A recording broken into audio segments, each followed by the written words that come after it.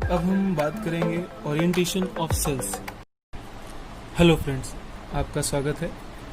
अब हम बात करेंगे ओरिएंटेशन ऑफ सेल्स। ठीक, इसका मतलब क्या है? कक्षकों के आकार व अभिविन्यास। ठीक, तो जैसा कि मैंने आपको बताया था कि एस उपकोष होता है, जैसे ये एस है, ये एक उपकोष है। तो और ये एक बॉक्स है, ये उसका कक्षक है। ऐसे ही पी उपकोष है और ये उसके जो बॉक्सेस हैं, जो एक एक बॉक्स है वो क्या है? कक्षक है। ठीक, ये उपकोष है। ठीक, और ये कक्षक है। ये इनका जो समूह है वो उपकोष है। ठीक, ऐसे ही ये एक एक बॉक्स हो गए कक्षक, इनका समूह हो गया उपकोष। अब हम बात कर रहे हैं ओरिएंटेशन ऑफ सेल्स कि कैसे होते हैं ये, इनके आकार कैसे होते हैं। तो सबसे पहले हम एस कक्षक की बात करेंगे। ठीक, इसमें एक ही बॉक्स है इसलिए हम इसे कक्षक भी बोल दे रहे हैं, बाकी ये एस उपकोष ही होता है, एस कक्षक मत समझ लेना। तो एस कक्षक का आकार यानी जो इसका शेप होता है वो गोलाकार में होता है।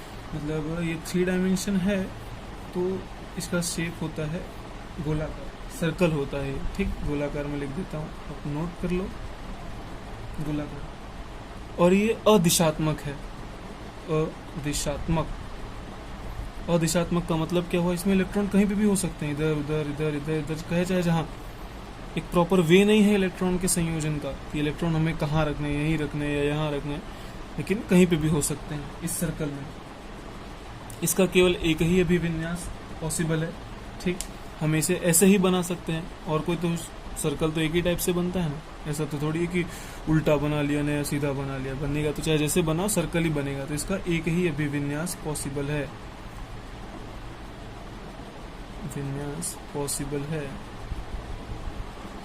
ठीक, समझ में? इसके एन की वैल्यू क्या होगी? 0। इसके एम की वैल्यू 0 होगी। ठीक, इसी प्रकार से पी कक्षक, ये डंबल आकार के होते हैं। ये देखिए डंबल दिख रहा है ना, डंबल डंबल डंबल। अब एक्स एक्स है, वाई एक्स है और जेड एक्स है। ठीक, पहले वाले में पी एक्स है। पी एक्स का मतलब क्या है कि ये यहाँ पे एक्स एक्सिस पे मैंने बनाया डंबल। इसका मतलब क्या हुआ कि इस स्थान पे इलेक्ट्रॉन के पाए जाने की संभावना सबसे अधिक है, ये जो डंबल है। और ये डंबल जहाँ छूटा हुआ है, ठीक, यहाँ पे बहुत कम है। जैसे जैसे डंबल बड़ा हो रहा है इलेक्ट्रॉन के पाए जाने की संभावना बढ़ते जा रही है। ठीक, अब ये मैंने एक्स एक्सिस पे बनाया है, तो सबसे ज्यादा संभावना कहाँ है इलेक्ट्रॉन पाए जाने की? एक्स एक्सिस पे। बाकी वाई और जेड पे क्या है? 0। अब आइए वाई पे, मैंने इस बार वाई एक्सिस पे मैंने ये डंबल का निर्माण किया है। मैंने मतलब डंबल को बनाया है, थोड़ा ज़्यादा हिंदी निकल रहा है मुँह से। तो इस टाइम सबसे ज़्यादा इलेक्ट्रॉन हमें यहाँ मिलेंगे और जेड और एक्स पे नहीं मिलेंगे, इसलिए पी वाई हुआ। इसी प्रकार से जेड एक्स पे बनाया तो सबसे ज़्यादा इलेक्ट्रॉन हमें यहाँ मिलेंगे। हम इसे 3 तरीके से बना पाए, एक बार एक्स एक्सिस पे, एक बार वाई एक्सिस पे, एक बार जेड एक्सिस पे। इसलिए इससे कितने अभिविन्यास है? 3। दिशात्मक है। दिशात्मक क्यों? क्योंकि इसमें इलेक्ट्रॉन पक्का है कि यहीं पे रहेंगे। ऐसा नहीं है एस कक्षक में क्या था, कहीं पे भी इलेक्ट्रॉन मिल रहे थे हमें। इसमें क्या है, प्रॉपर हमें यहीं पे मिलेंगे, इसमें यहाँ मिलेंगे, इसमें यहाँ मिलेंगे। ठीक, इसलिए ये दिशात्मक है, डंबल आकार है। समझ में आया? समझ में आया क्या? अब आइए डी कक्षक, ये डबल डंबल होते हैं। इसमें एक डंबल था, ये देखिए इसमें सब में एक डंबल है, ए भी एक डंबल है, बी एक डंबल। ये डबल डंबल है। तो डबल डंबल ऐसा है, ये देखिए ऐसा और ऐसा ऐसा। अब ये डी एक्स वाई है, मतलब एक्स एक्सिस पे है और वाई एक्सिस पे। ये जेड वाई का बना दिया, ये जेड एक्स का बना दिया। तो देखा जाए ये सभी अक्षों पे हैं। दिशात्मक ये भी है क्योंकि हमें प्रॉपर इसी वे में मिलेंगे इलेक्ट्रॉन।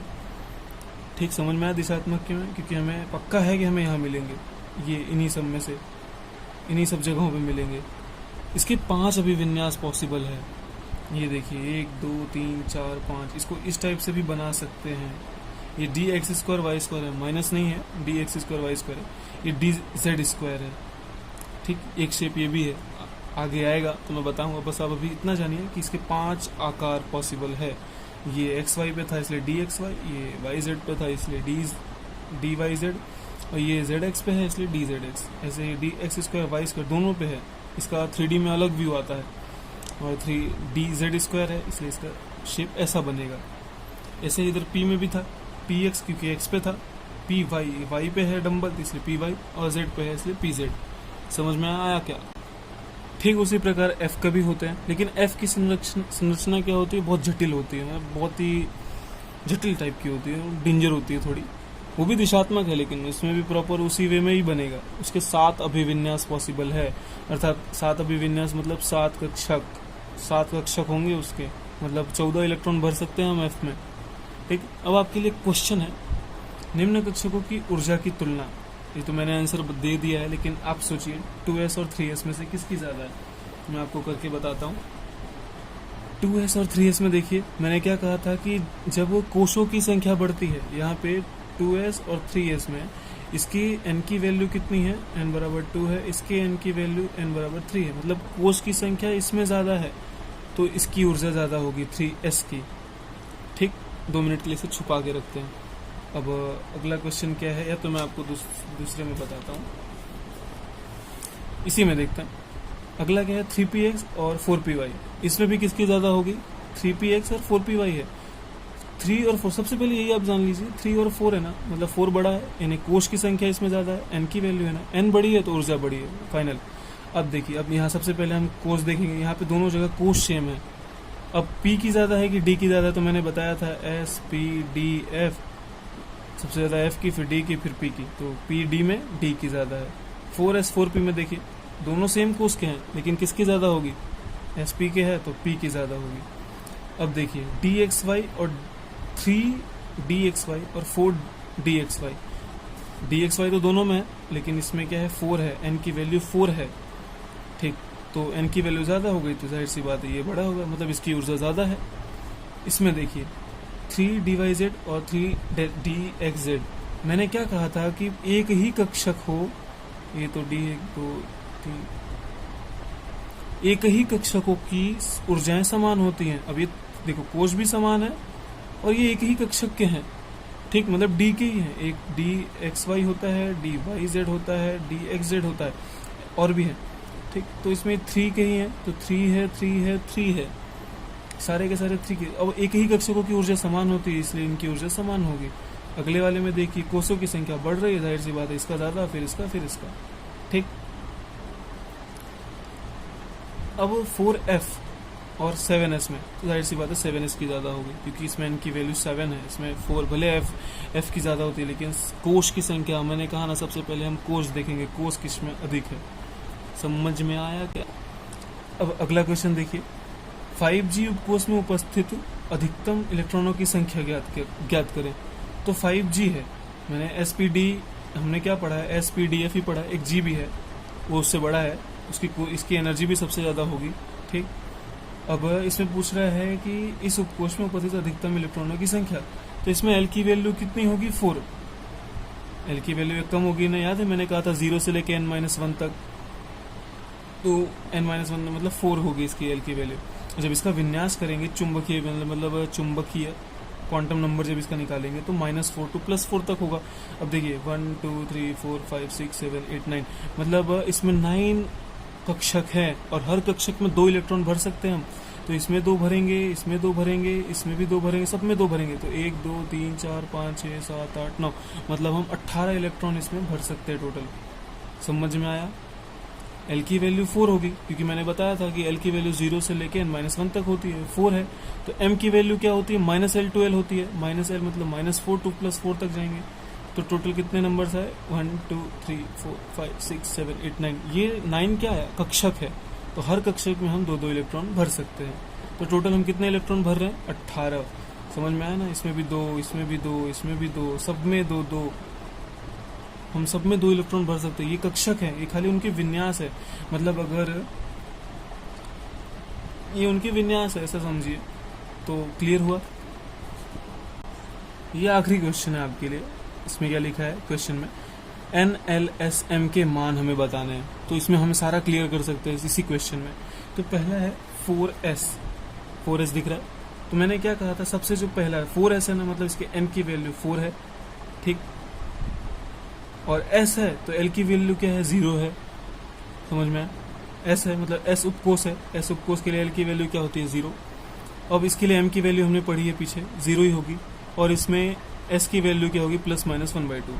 इसका मतलब क्या है, इसका मतलब है 4s है ना, तो ये n बराबर 4 हो गया। एस यानी इसकी वैल्यू एस यानी उपकोष है, इसके एल की वैल्यू क्या होती है, 0। हमने ये भी पीछे पढ़ा है। अब एल की वैल्यू, अब एस कक्षक बनाया हमने, इसमें हम प्रॉपर 2 इलेक्ट्रॉन भर सकते हैं। तो ये ±1/2, क्योंकि प्लस में भी 1/2 है और माइनस में भी 1/2 है, इसलिए एस की वैल्यू क्या आई इसकी, ±1/2। और एम क्या होगा, इसका टोटल 0 ही होगा, क्योंकि और कहीं कक्षक तो बन ही नहीं रहे, इसलिए 0।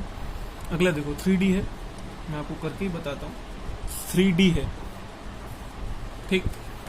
3D में देखते हैं, इसमें n की वैल्यू क्या है, 3, d की वैल्यू क्या है, ऐसे जोड़े SPD 0 1 2, l की वैल्यू क्या है, 2, ठीक। l की वैल्यू 2 है। अब इसमें m की वैल्यू क्या होगी, तो -2 से +2 तक जाएंगे, मतलब -2 -1 0 1 2 1 2 3 4 5 ऐसी है। अब इसके लिए जब अभिविन्यास निकालेंगे, ये देखिए n की वैल्यू 3, l की वैल्यू 2, m की वैल्यू 5। 5 कैसे, ऐसे -2 से लेके +2 तक 1 2 3 4 5, ठीक। अब इसमें s की वैल्यू वही होगी ±1/2। हम इसमें वही इलेक्ट्रॉन, दो ही टाइप से इलेक्ट्रॉन ही भर सकते हैं यार, उल्टा या फिर सीधा, क्लॉकवाइज या एंटी क्लॉकवाइज। अभी 6p देखिए, 6p के लिए सेम वही n की वैल्यू 6 होगी। अभी p है तो मैंने बताया था S P D F है, तो 0 1 2 3 ये चीज आप याद रखिए, बस सब हो जाएगा। तो p के लिए क्या है, ये l की वैल्यू है, हाँ l की वैल्यू है 1, तो l की वैल्यू 1। अब इसका जब हम चुंबकीय क्वांटम नंबर निकालेंगे तो -m 1 2 1 -1 0 1, टोटल वैल्यू कितनी आई, 3, ठीक। या फिर ऐसे लिखिए पूरा। इसमें स्पिन क्वांटम नंबर क्या होगा, ±1/2। ऐसे ही भर सकते हैं इलेक्ट्रॉन।